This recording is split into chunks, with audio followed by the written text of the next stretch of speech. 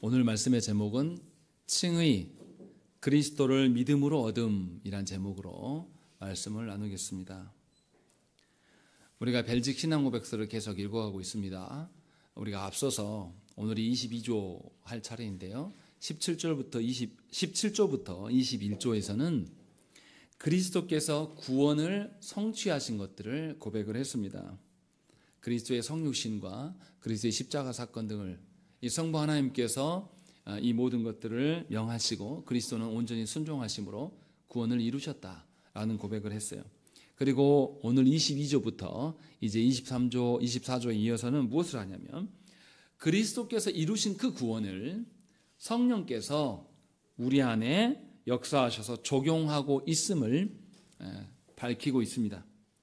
그래서 22조에서는 성령께서 성도들에게 믿음을 일으키시고 그리스도의 의를 우리에게 적용하심을 설명합니다. 그것을 우리가 칭의라고 이야기를 하죠. 이 칭의됨이 믿음으로 말미암은 것이다 라는 것을 우리에게 말해주고 있어요. 그리고 23조에서는 하나님 앞에서 우리에게 적용된 의, 그 의가 도대체 무엇인가 라는 것을 알려주고요. 24조에서는 이제 하나님께서 성령께서 우리에게 적용하신 의로 말미암아 우리가 성화되어지고 그 성화의 행함으로 선행이 우리 안에 드러나게 되는데 이 성화와 선행이 무엇인지를 분명하게 밝혀줍니다. 그래서 우리는 이제 오늘부터 성령께서 그리스도께서 행하신 구원을 우리에게 적용하는 것에 대한 이야기를 할 거예요. 그 중에서도 우리가 예수 그리스도를 믿는 믿음에 대한 이야기를 할 것입니다. 왜 그러냐면 분명하게 오늘 말씀에서 뭐라고 되어 있습니까? 2장 8절 말씀 보시면 너희는 그 은혜에 의하여 구원을 받았다 이렇게만 말하지 않아요. 은혜에 의하여 어떻게 됐다고요? 믿음으로 말미암아 구원을 받았다라고 이야기를 한단 말이에요. 이 믿음에 대해서 오늘 이야기를 할 것입니다. 왜 그러냐면 믿음에 대한 오해가 아주 심각해요. 믿음에 대한 오해가 조국교회 안에 굉장히 팽배해져 있습니다. 그래서 이 이야기를 할 거예요. 믿음이라는 것은 우리가 다른 말로 하면 이신칭의라고 이야기를 해요. 믿음으로써 의로움을 칭함받는다라는 것이에요. 분명하게 이신칭의는 복음의 핵심 요소입니다. 그래서 교회는 이신칭의 교리에 따라서 넘어지기도 하고 바르게 서기도 하는 아주 중요한 교리예요. 사도 바울은 그래서 이 이신칭의를 바르게 세우기 위해서 로마서를 썼고 갈라디아서를 썼고 빌립보서를 쓰면서 유대주의자들이 뭘 주장했습니까? 율법을 지킴으로 구원받을 수 있다고 생각한 거예요. 그래서 율법주의적인 태도에서 벗어나서 믿음으로 구원받을 수 있는 것을 분명하게 강조했습니다. 그리고 이러한 것들이 교회 역사 가운데 늘 있어 왔어요. 초대교회 때만 있었던 것이 아니라 이것이 종교개혁 시대에도 분명하게 종교개혁을 일으킬 때도 이신칭의를 강조를 했어요. 근데 문제는 뭐냐면 너무나 안타깝게도 현재 우리 시대의 교회 안에서 이 믿음에 대해서 별로 존중하지 않는다라는 것입니다. 교회라고 이야기할 때 우리는 믿음을 먼저 보지 않아요. 교회라고 할 때 뭘 교회답다고 이야기합니까? 어떤 사람의 체험이나 경험을 중요시하는 것이 교회의 근간이 되어버렸습니다. 또 교회 안에 어떤 프로그램을 하고 있고 교회 안에 어떤 시설이 있는가 이런 서비스적으로 또 그 교회가 얼마나 많은 일들을 이루었는가라는 것을 교회됨의 근거로 삼는 것이 우리 시대가 되어버렸어요. 그래서 성도들이 교회를 볼 때에 교회를 옮기거나 좋은 교회를 말할 때에 믿음에 근거한 말을 하는 것이 아니라 우리 교회는 목사님이 유명한 사람이야. 우리 교회는 어떠한 프로그램을 해. 우리 교회는 수백 명의 선교자와 교회를 설립한 교회야. 이런 식의 이상한 방향으로 나아가고 있다는 것입니다. 그래서 정작 존중받아야 될 성령께서 우리 안에 일으키신 믿음에 대한 이야기들을 하지 않아요. 그냥 사람들이 이뤄낸 결과물을 이 믿음 대신 대체해버린 것이 오늘날의 교회의 모습입니다. 그래서 어떻게 됐습니까? 사람들이 뭐에 집착해요? 믿음이 사라지고 나니까 자신이 믿는 바를 확증할 수 있는 종교의식에 집착하게 되는 겁니다. 그래서 종교의식을 화려하게 하려고 멋진 예배당을 지어놓고 멋진 음향 시스템을 달고 조명을 막 쏘아대는 거예요. 이것이 한국교회의 모습입니다. 그래서 성도들이 설교를 존중하지 않아요. 설교를 존중하지 않기 때문에 하나님의 뜻에 대해서 분별력이 성도들이 형편이 없습니다.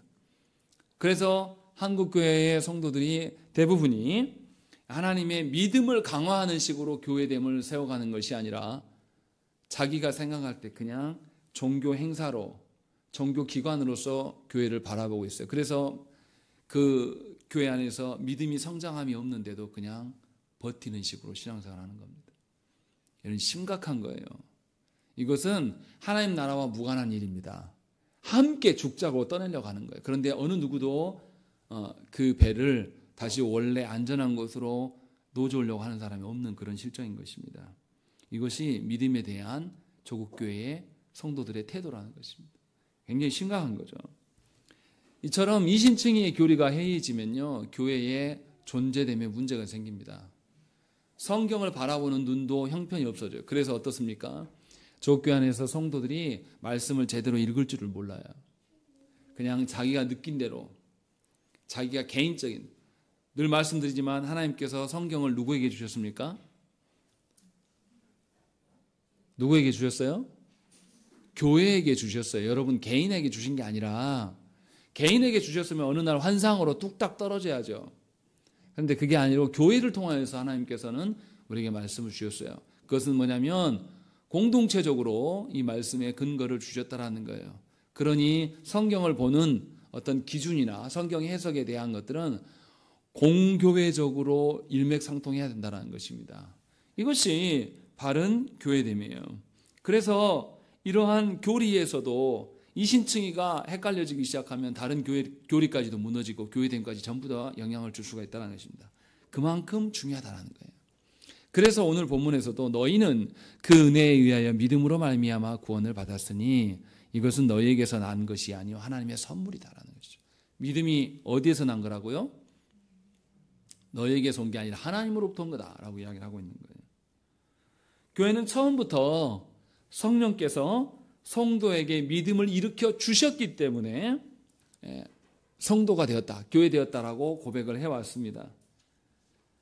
그런데도 너무나 많은 성도들이 믿음을 자기가 믿는다라고 착각을 하고 있습니다. 자기 결단인 것처럼. 목회자들도 설교 시간에 뭐라고 하냐면 믿습니까를 열방해요. 우리가 믿어서 믿은 게 아니라 성령께서 우리 안에 작용하셔서 우리가 믿게 된 거죠. 그래서 하나님으로부터 왔다고 말하는 거예요. 이러한 믿음이 우리 안에 생겨나죠. 그럼 성령께서 어떻게 우리 안에 역사하셔서 믿음을 일으키는가라는 것이죠. 먼저 우리 개혁파의 입장에서 말하기 전에 먼저 우리 신학의 노선이 벗어난 알미니안들이나 로마교회에 대한 이야기를 먼저 할까 합니다. 로마교회 알미니안들은 성령께서 성도 안에 믿음을 일으키는 방식을 그냥 부드러운 충고 정도로 여겼어요. 무슨 말이냐면 하나님께서 그리스도를 통하여서 무엇인가를 우리에게 이루셨고 반드시 우리는 그것으로 구원받는다 이렇게 받아들이는 게 아니라 그리스도께서 이루신 것이 있어요. 이루신 것이 있는데 인간의 자유의지로 인하여서 그것을 수용할 수 있다 이렇게 본 겁니다. 그러면 뭐가 중요합니까? 하나님의 행하신 일이 중요합니까? 그것을 수용한 것이 중요한 게 됩니까? 수용하기가 더 중요하다는 것이죠. 그래서 알미니안들은 주님이 행하신 것이 있어도 내가 안 받으면 그만이에요. 주님이 행하신 것이 있어도 내가 받는 것, 나의 선택과 나의 헌신이 훨씬 더 중요하게 됩니다. 그래서 그들이 뭐라 그랬냐면 하나님께서 우리에게 주시는 탁월한 보물들을 성령께서 우리를 위하여 복음 안에서 펼쳐 보일 때 인간은 그 자신의 자유의지에 따라 자동으로 이것들을 선택한다. 인간의 합리적 정신은 하나님의 이러한 선물들이 세상의 선물보다 얼마나 탁월한지 분명하게 안다라고 주장했어요. 그러니까 모든 사람은, 구원받지 않은 사람도 하나님의 복음을 주고 그리스도의 어떠함을 주면 자기가 알아차려서 그것을 붙잡는다라고 이렇게 설명한 거예요. 그런데 장로교의 입장은 이게 아니죠. 우리는 전적인 타락을 이야기하기 때문에 우리 스스로 하나님 붙잡을 수가 없어요. 그런데 알미니안들은 본인들이 할 수 있다라고 생각한 거죠. 그래서 성령의 역사보다 인간의 선택을 훨씬 더 존중하는 것이 알미니안들의 입장입니다. 한국교회도 알미니안하고 많이 닮아 있어요. 그래서 어떻게 합니까? 당신이 믿느냐라고 물어봐요. 마치 믿음이 내 선택인 것처럼, 마치 믿음이 나에게 달려있는 것처럼 이렇게 설교 시간에 물어보는 겁니까? 믿습니까? 믿습니까? 결단하십시오. 결단하십시오. 라고 말하는 것도 똑같은 맥락인 것이죠. 하나님이 행하신 것을 당신이 보고 있느냐 이렇게 물어봐야 돼, 맞죠? 근데 그렇게 하고 있다는 것이죠. 또 로마 교회는 어떻게 했습니까? 로마 교회는 자연적인 인간은 하나님의 말씀에 초자연적인 것이 적용됐을 때 성령의 역사하심이 필요하다고 말했어요. 이게 우리가 생각하는 방식이 아니라 사람이 하나님의 말씀을 받으려면 그냥 사람으로 있으면 안 되고 신의 위치로 올라와서 신과 하나 되어야 된다. 신비적인 것들을 강조했어요. 이것이 로마 교회의 입장입니다. 그래서 분명하게 사람이 말씀을 받으려면 사람이 하나님의 수준으로 올려줘야 된다. 이것을 강조했어요. 그래서 모든 성도들은 하나님의 품에 들어갔을 때래야 말씀을 알게 되고 믿음이 생긴다라고 이렇게 완전히 신비적인 관점에서 모든 것을 설명을 했습니다. 그런데 우리는 분명하게 하나님께서 우리에게 믿음을 주신 이유를 개혁파에서는 뭐라고 말하냐면 인간의 타락 때문이다.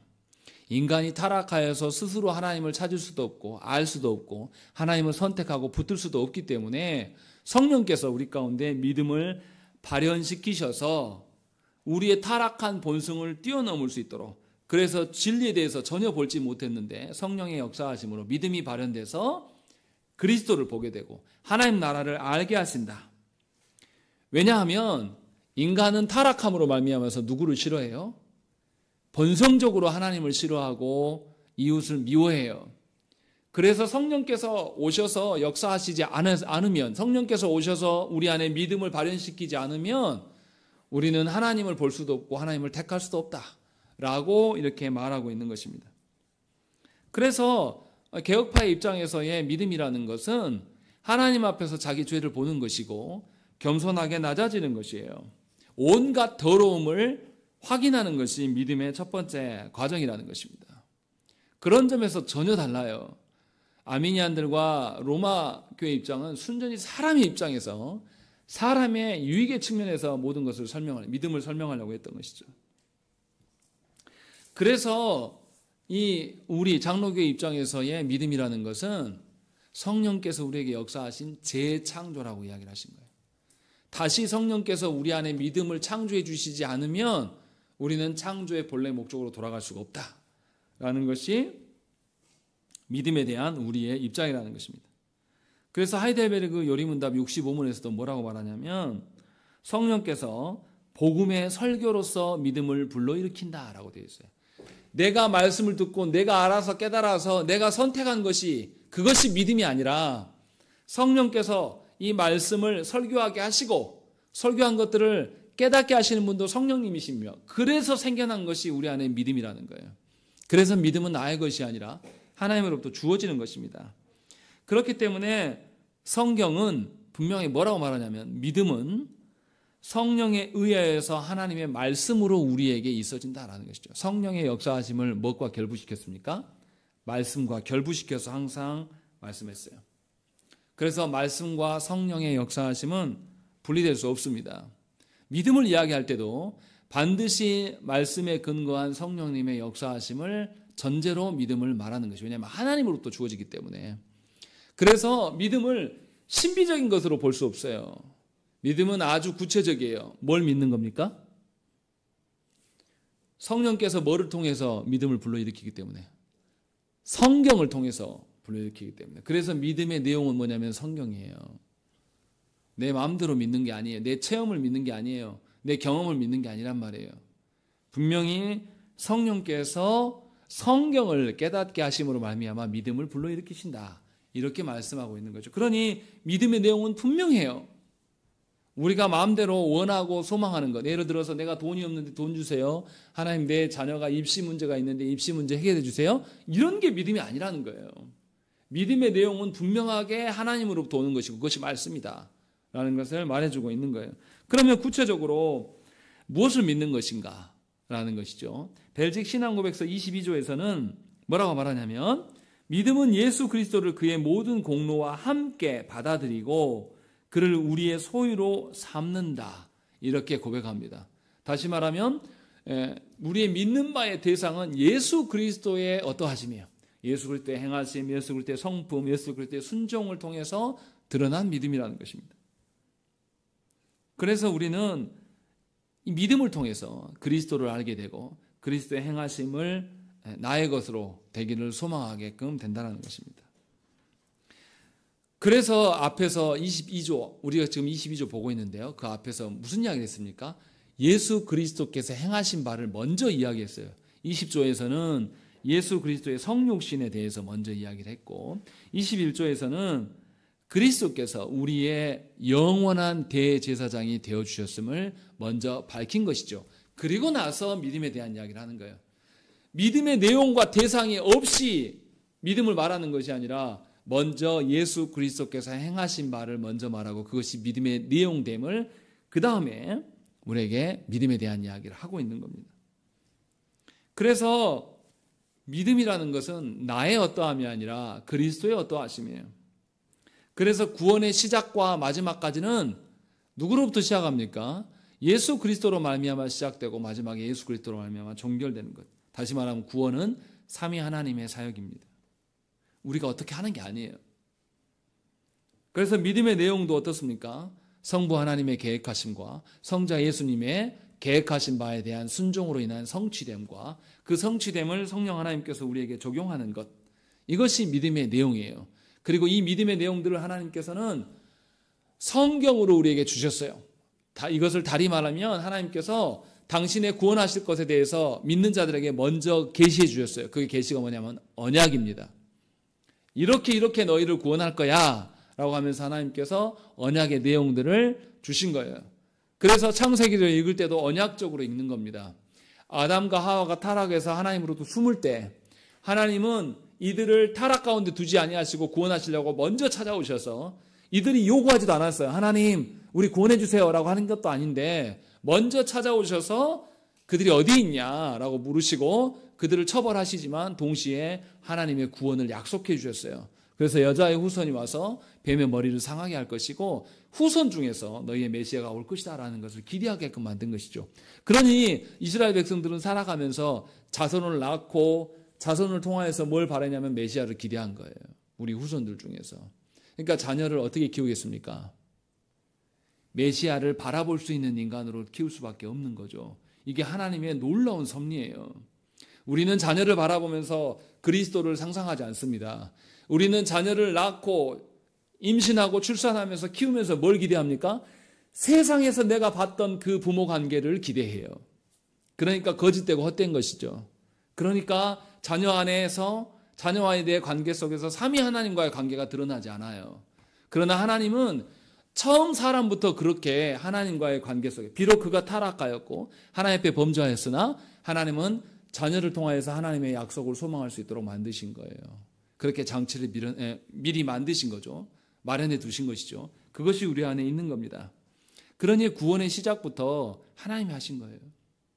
그리고 구원의 성취를 예수 그리스도께서 드디어 오셔서 행하셨고 그 그리스도의 성취를 우리에게 적용하시는 분이 성령님이세요. 그래서 우리는 하나님이 행하신 것을 붙잡고 살아가는 것입니다.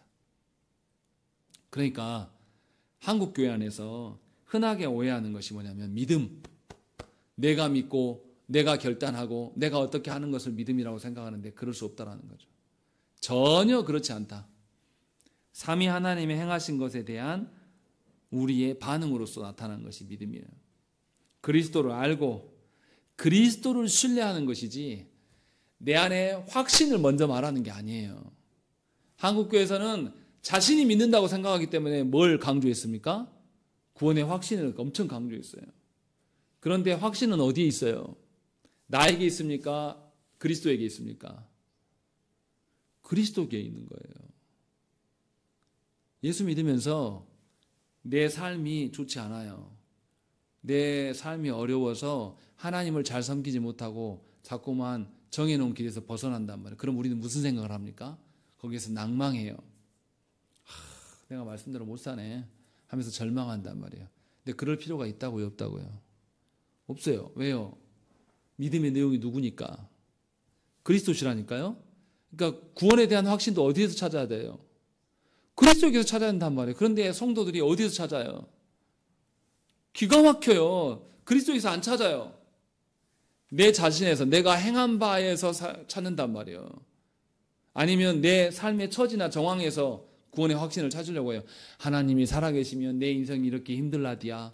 하나님이 살아계시면 우리 자녀 일들이 안 될라디야. 이러면서 엉터리 같은 소리만 하는 거예요. 그래서 성도들이 구원의 확신은 뭐라고 합니까? 내 사업이 잘 되고 내 자녀들이 건강하고, 이것을 구원의 확신이라고 말한단 말이에요. 기가 막힌 거예요. 이 출발점이 어디 있냐? 믿음을 자기 믿음이라고 하는 착각이 있다라는 것이죠. 그렇지 않아요. 믿음은 분명하게 하나님께서, 내 처지와 상황이, 우리는 그런 자예요. 우리는 하나님 앞에 온전히 스스로 설 수 없는 자고, 원래부터 하나님 못 알아보시고 하나님이 보여주셔서 스스로 하나님을 붙잡고 따라갈 수 있는 그런 존재가 아니에요. 그래서 그리스도께서 행하셨고 성령께서 이를 알게 하시는 거예요. 내가 알아서 아는 게 아니라 성령께서 믿음을 주셔서 알게 하신 거예요. 그래서 우리의 믿음의 대상은 내가 아니라 하나님이세요. 그리스도신 것이죠. 그리고 믿음의 내용은 내가 행한 것이 아니라 그리스도께서 행하신 거예요. 그래서 나의 구원에 대한 확신은 내 행함과 내 처지와 내 수준 높음에 있는 것이 아니라 그리스도에게 있는 겁니다. 그 이야기를 분명하게 밝혀주고 있는 거예요. 그래서 여러분들의 믿음의 어떠함은 삼위 하나님께 속한 것이지 여러분께 속한 게 아니에요. 또 로마 교회는 어떻게 생각했습니까? 구원을 이렇게 보지 않았어요. 로마 교회는 예수 믿어서 구원받는 것 외에도 하나님이 주신 게 또 있죠. 이스라엘 구원받은 백성들에게 하나님 뭐 주셨습니까? 애굽에서 그들을 건지신 다음에 하나님이 뭘 주셨어요? 십계명을 주셨어요. 그래서 로마 교회는 구원받으려면 뭘 지켜야 된다? 율법을 지켜야 된다. 율법을 준수하지 못하면 잘못된 것이다. 그래서 개신교에서 말하는 이신칭의를 강조하는 것에 대해서 로마 교회는 우려를 표했습니다. 어떻게 믿음만 있냐? 율법도 지켜야 된다. 라는, 그래야지 구원이 있다라고 로마 교회는 자꾸 우리에게 혼동을 줍니다. 그러면 우리는 율법이 왜 필요합니까? 믿음으로 구원 다 받는다며요. 그럼 왜 율법이 필요해요? 아니, 소리문답 시간에 제가 여러 번 반복해서 말씀드렸잖아요. 하나님 베푸신 구원을 우리가 추정하고 우리가 생상하고 뭐 그런 겁니까? 아니에요. 우리가 하나님 베푸신 구원은 뭘 통해서 확인합니까? 율법을 통해서 확인되는 것이죠. 그래서 하나님이 율법을 존중해요. 율법을 내가 잘 존중하고 지켰기 때문에 구원받은 게 아니라 하나님이 성령께서 그리스도의 행하신 바를 우리에게 적용했기 때문에 우리 안에 믿음이 발현됐고, 그 믿음이 있기 때문에 하나님이 주신 율법의 말씀을 우리가 존중하고 사랑하는 거예요. 로마 교회에서 가르치는 방식하고 약간 다르다라는 것입니다. 그러니 어떤 몇 가지의 기준을 세워놓고 이것을 지키는 것이 믿음이다 이렇게 말하면 곤란해요. 하나님을 향한 믿음이라는 것은 총체적인 것이에요. 어떤 한두 가지 지켜서 되는 그런 개념이 아니라 하나님을 향한 온전한 사랑인 것이죠.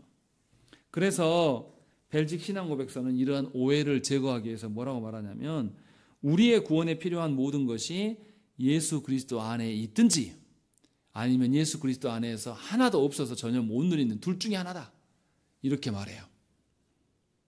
이게 굉장히 중요한 이야기입니다. 무슨 말이냐면 우리의 믿어야 될 바는 누구 안에 있는 거예요? 그리스도에게 다 있다라는 거예요. 그리스도 외에 다른 대체품이 필요하다 안 필요하다?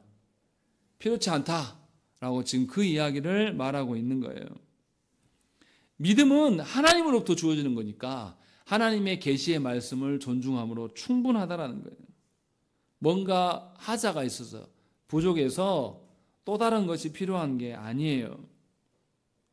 그런데도 많은 성도들이 뭘 더 요구합니까? 하나님의 말씀에 대해서 깊이 빠지고 말씀으로 위로받으려고 서는 것이 아니라, 말씀도 좋은데 뭐 이야기합니까? 내 삶에 하나님의 도우심이 있어야 되지 않겠어? 내 삶의 도우심 먼저 좀 주시라니까요? 여기에서 믿음을 찾으려고 하는 거예요. 이거는 뭘 믿는 겁니까? 하나님입니까? 내 삶에 있어야 될 건강과 재물과 뭐 어떤 사람 관계들이 이것을 믿는 겁니까? 네, 이런 걸 믿는 거예요. 아무리 하나님 믿어도 위로가 안 되는 거죠. 여전히 나의 위로와 기쁨과 만족과 나의 소망과 나의 앙망함은 어디에 있냐면 사람에게 있고 부에 있고 자식 새끼들에게 있는 겁니다. 이것은 예수 믿는 게 아니에요. 분명하게 아셔야 된다는 것이죠. 궁극적인 믿음은 하나님이 약속하신 것 안에 있는 거예요. 하나님이 약속하신 것 안에서 우리의 믿음의 내용과 대상이 되어야 된다는 것입니다. 하나님의 약속과 상관없이 내가 마음대로 정해놓은 것, 세상이 말하는 어떤 가치들로 대체하는 것에 대해서 경고하고 있는 겁니다. 분명히 이것을 알아야 돼요. 그래서 하이델베르그 요리문답에서는 두 가지를 이야기했습니다. 하나님을 아는 지식과 굳은 신뢰, 확신, 이 두 가지를 말한 거죠. 지식과 신뢰를 다 말한 겁니다. 벨직 신앙고백서에서도 이러한 동일한 개념을 이야기해요. 그래서 뭐냐면 먼저 믿음은 그리스도를 그 모든 공로와 더불어 받아들이는 것, 먼저 그것을 이야기하고 그리고 나서 그 그리스도를 우리 자신의 것으로 되게 하는 것, 이것을 두 가지를 말합니다. 이 의미가 무엇인지 잘 생각을 해봐야 돼요. 하나님을 아는 지식과 하나님을 향한 신뢰, 이 두 가지가 다 있어야 된다라고 말하는 거예요. 칼빈은 믿음을 정의하면서 뭐라고 했냐면 하나님에 관한 확고하고 분명한 지식이라고 말했어요. 이것을 나눠서 설명하지 않았어요. 지식이 있고 지식 안에 확고함, 신뢰가 거기 안에 있다. 이렇게 말한 것이죠. 그래서 칼빈은 하나님을 향한 지식보다 더 확고한 게 어딨냐. 하나님을 향한 지식보다 더 큰 확신이 도대체 어디 있냐. 그래서 하나님을 아는 지식이라는 것은 확신을 동반한 거다라는 것이죠. 구원의 확신을 따로 찾는 것이 아니라 하나님 말씀 안에 다 있다라고 이야기를 한 것이죠. 그래서 잘 생각을 해봐야 돼요.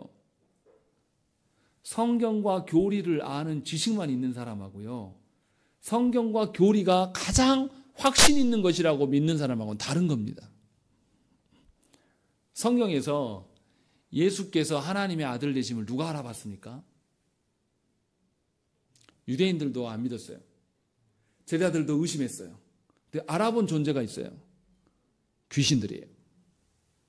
귀신들이 예수님에 대한 지식이 있었습니까? 없었습니까? 있었어요. 있었는데 예수님을 신뢰하고 예수님 안에서 구원이 있다고 확신했습니까? 그러진 않은 거죠.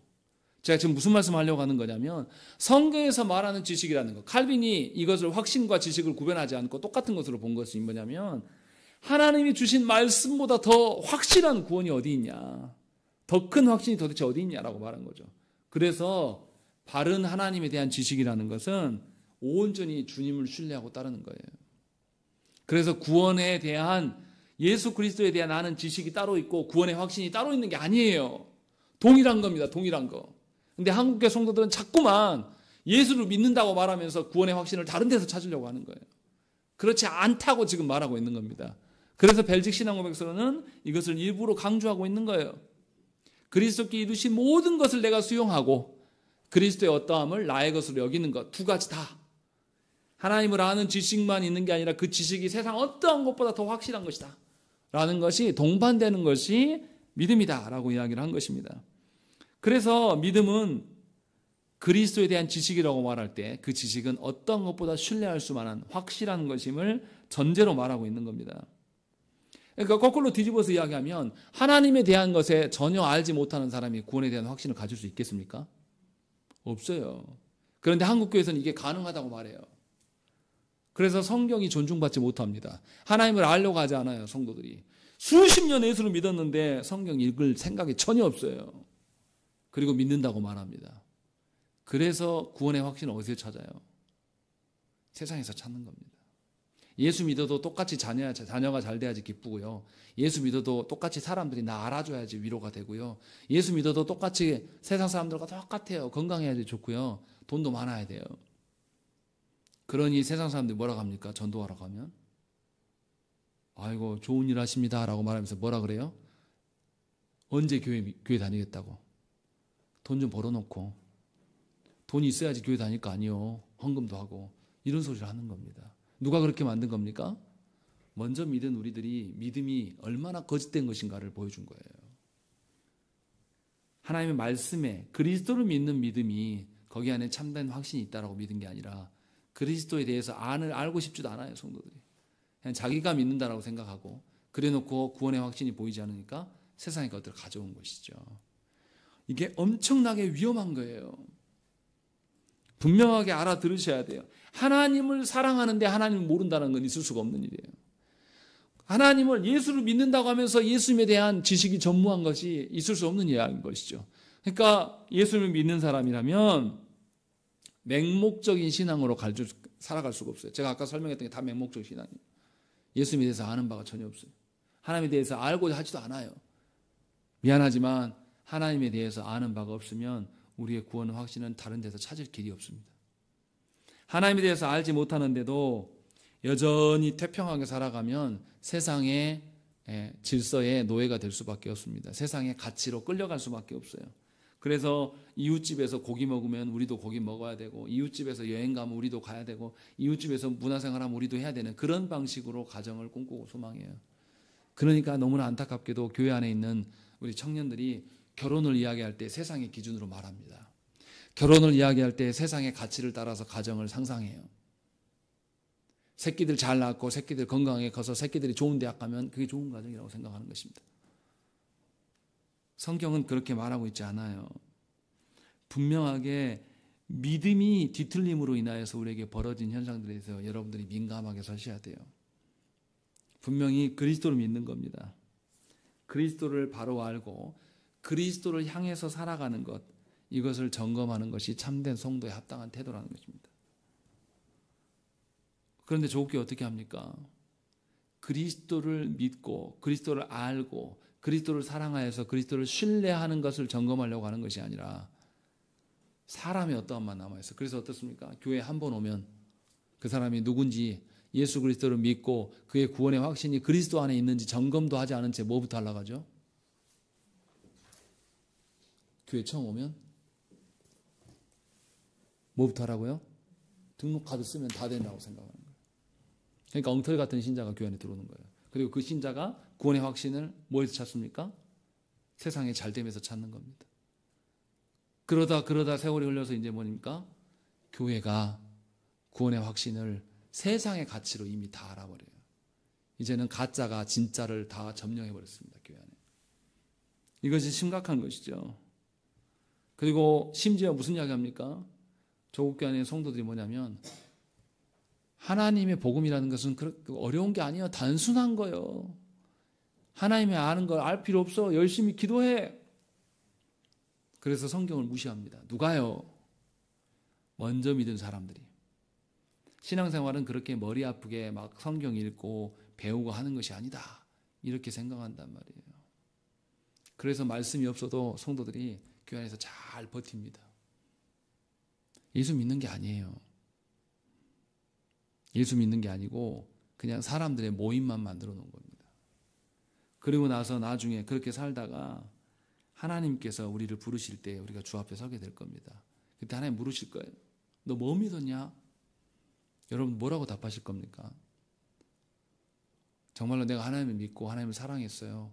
그래서 성경을 떨어질 때까지 제가 읽으면서 성경 깨닫게 해달라고, 나의 구원의 확신이 하나님의 말씀에 있고 언약에 있습니다 라는 것을 믿고 내가 평생에 힘쓰고 있으며 살았습니다. 이렇게 말할 사람이 몇이나 되냐 이 말이죠.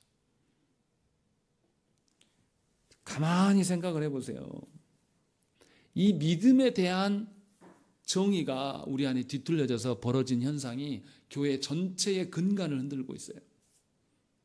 믿음에 대한 올바름이 없기 때문에 우리는 다 무너져 내리고 있는 것입니다. 그래서 오늘 말씀이 너무나 중요해요. 도대체 믿음이라는 것이 무엇인가?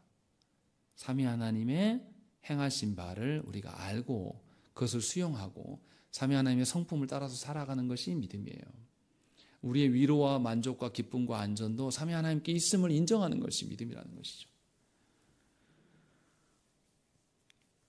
칼바르트 있잖아요. 통합적 교단에서 따르는 위대한 신학자 칼바르트.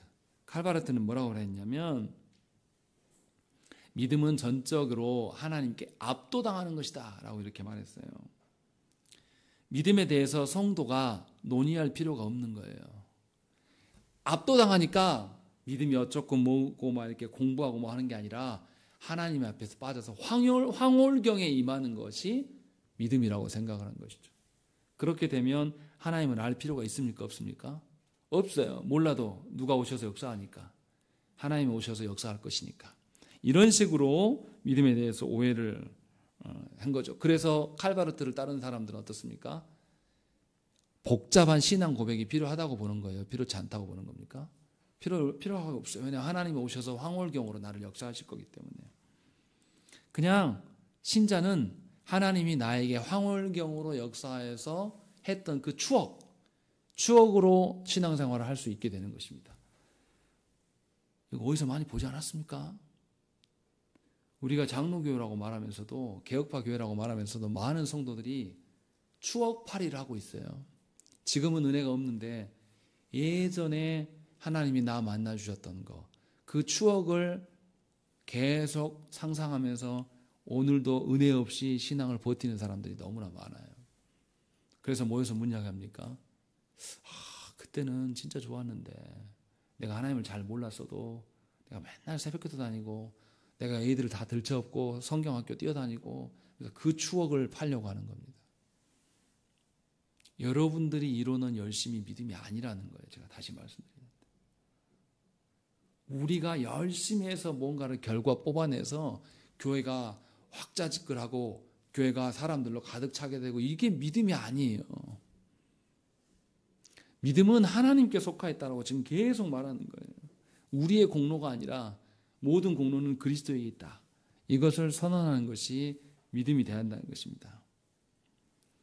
또 이것 말고도 믿음에 대한 오해들이 굉장히 많아요. 역사신앙, 현세신앙, 기적신앙 이런 거. 역사신앙은 뭐냐면 하나님의 역사하심이 역사 가운데 실제로 존재한다. 그래서 지식만을 강조해요. 여기서 말하는 지식은 하나님 의존하는 지식이 아니에요. 그리고 현세신앙은 뭐냐면 성경에 관심이 많지만 현재에 우리에게 도움될 만한 것들만에 집중해서 보는 거죠. 한국교회 설교가 대충 그 방향을 갖고 있지 않습니까? 지금 당장 나한테 유익이 있는 거. 우리 찬송가도 그 영향을 많이 받았어요. 그래서 누구를 따르는 거예요? 예수 그리스도를 따르지 않고 누구를 따릅니까? 누구를 본받아? 여호수아 본받아. 이게 다 그런 뉘앙스의 찬송인 것이죠. 분명하게 믿음은 그리스도 외에 다른 걸로 대체되지 않습니다. 그것을 저와 여러분들이 알아야 돼요. 그러니까 우리가 기억해야 될 것은 믿음이 우리를 구원하는 것이 아니라는 것이에요. 그리스도께서 우리를 구원하시는 것입니다. 믿음이라는 것은 단지 하나님께서 우리를 그리스도께로 이끄는 수단일 뿐이에요. 한국교회에서 말하는 것처럼 믿음이 크냐 작냐 이거는 웃기는 소리예요. 믿음을 누가 주셔요? 하나님께서 주시는 건데 그 믿음을 우리끼리 뭐예요?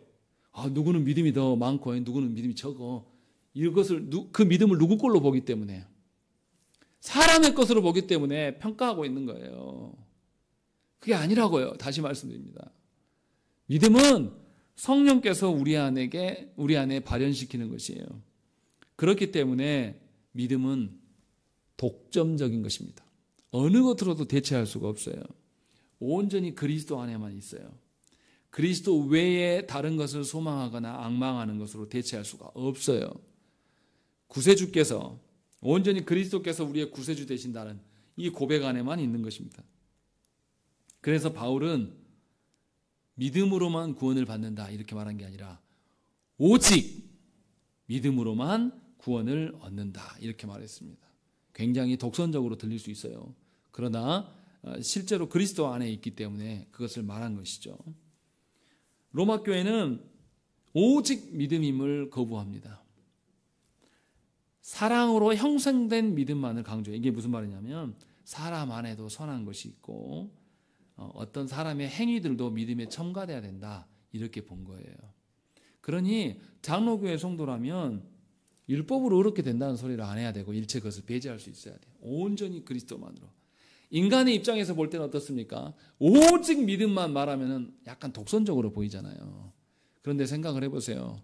그리스도께서 나를 구원하시고 다른 길이 없음을 경험한 사람이라면 독선적으로 보일지라도 그것이만이 생명이라고 말하지 않겠습니까? 분명히 그것이 믿음에 대한 생각인 것이죠. 그래서 칼빈이 뭐라고 그랬냐면요. 햇빛은 항상 열기를 동반하지만 그 열기로 해를 본다고 말한 사람은 아무도 없다라는 것이죠. 실제로 해를 봐야 된다는 거예요. 다시 말하면 우리의 믿음이 우리 안에 적용되어 있는 것 같지만 그 믿음은 누구 것이다? 하나님의 것이에요. 그래서 우리는 믿음을 봐야 됩니까? 믿음의 대상이신 그리스도를 봐야 됩니까? 그리스도를 봐야 한다는 것이에요. 나의 믿음이 어쩌고 저쩌고 막 이럴 게 아니라 이 믿음을 주신 분이 누구인지를 발견하고 거기에서 구원의 확신과 소망을 찾으라는 것입니다. 분명하게 성경은 이 칭의를 믿음으로 돌린 게 아니라 그리스도께 돌리고 있음을 우리가 분명하게 알아들으셔야 돼요. 그렇다면 야고보서에서는 뭐라고 합니까? 행함이 없는 믿음은 죽은 믿음이다. 여러분 왜 이렇게 말했을까요? 왜 이렇게 말했을까요? 모든 것은 믿는 것이니까 행함이 필요 없다. 이거를 말하고 하고 있습니까? 그렇게 말하는 자를 반박하려고 야고보서가 말하고 있는 거예요. 다시 말하면 우리의 구원받음은 믿음으로 인한 것인데 우리가 믿음을 통하여서 그리스도에게만 소망이 있음을 알아요. 그러면 그리스도에게만 소망이 있음을 아는 사람이라면 그리스도에 대한 말씀을 그리스도께서 주신 율법의 말씀을 우리가 존중합니까? 존중하지 않습니까? 존중한다는 것이죠. 정말 그리스도 때문에 사는 사람이라면 그리스도의 어떠함대로 삶이 있을 거예요. 행함이 있을 거란 말이에요. 야고보서는 이것을 강조한 거예요. 그러니까 바울이 말하는 이신칭의와 야고보서에 말하는 행함의 믿음이 다른 겁니까? 같은 겁니까? 같은 거예요. 왜냐하면 그리스도를 만난 사람에게 있는 그 구원이라는 것은 그 사람이 내면에만 있는 게 아니라 마음속에 있는 것이 바깥으로 드러나는 행함도 동반하게 되어 있는 것이죠. 야고보서는 그 말을 하고 있는 겁니다. 그래서 충돌되지 않아요. 분명하게 오늘 말씀에서 정리 아주 간단해요. 간단한데 제가 장황하게 설명했는데 믿음이라는 것은 삼위 하나님으로부터 우리에게 주어지는 수단입니다. 믿음 자체가 우리에게 구원의 확신을 주지 않아요. 삼위 하나님께서 우리의 구원의 확신을 주시고 삼위 하나님에 대한 그 어떠함은 말씀 속에 있는 것이죠. 그러니 의로움도 나의 안에서 내가 믿는 것에 대한 의로움을 찾는 것이 아니라 하나님 안에서 드러난 의로움을 찾는 것, 이것이 칭의를 받는 자의 삶임을 분명히 아셔야 된다는 것이죠. 그래서 우리는 믿음으로 말미암아 오직 예수 그리스도를 찾고 구하는 자야 돼요. 믿음으로 말미암아 우리의 교회됨과 성도됨과 가정 안에서의 기쁨과 만족까지도 그리스도 안에서 발견되기를 소망함이 우리에게 있어야 한다는 것이죠. 그러니까 믿는 자는 믿음으로 그리스도를 보게 되고 그리스도를 근거로 인하여서 나의 삶의 전반적인 것이 개편되는 역사가 일어나는 것입니다. 우리 함께 기도하시겠습니다.